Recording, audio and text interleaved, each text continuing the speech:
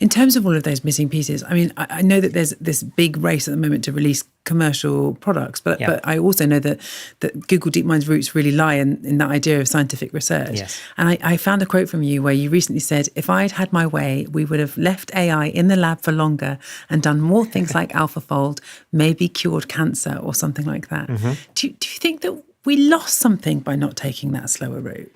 I think we lost and gained something. So I feel like that would have been the more pure scientific approach. At least that was my original plan, say 15, 20 years ago, that, when almost no one was working on AI, we were just about to start DeepMind. People thought it was a crazy thing to work on.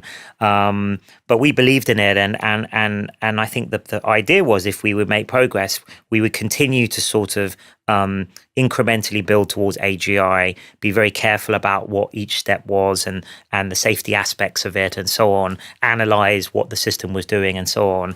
But in the meantime, you wouldn't have to wait till AGI arrived before it was useful. You could branch off that technology and use it in really beneficial ways to society, namely advancing science and medicine. So exactly what we did with AlphaFold, actually, which it's not a foundation model itself, general model, but it uses the same techniques, transformers and other things, and then blends it with more specific things to that domain. So I imagined a whole bunch of those things getting done, which would be hugely better. You'd release to the world, for just like we did with AlphaFold, and indeed do things like cure cancer and so on.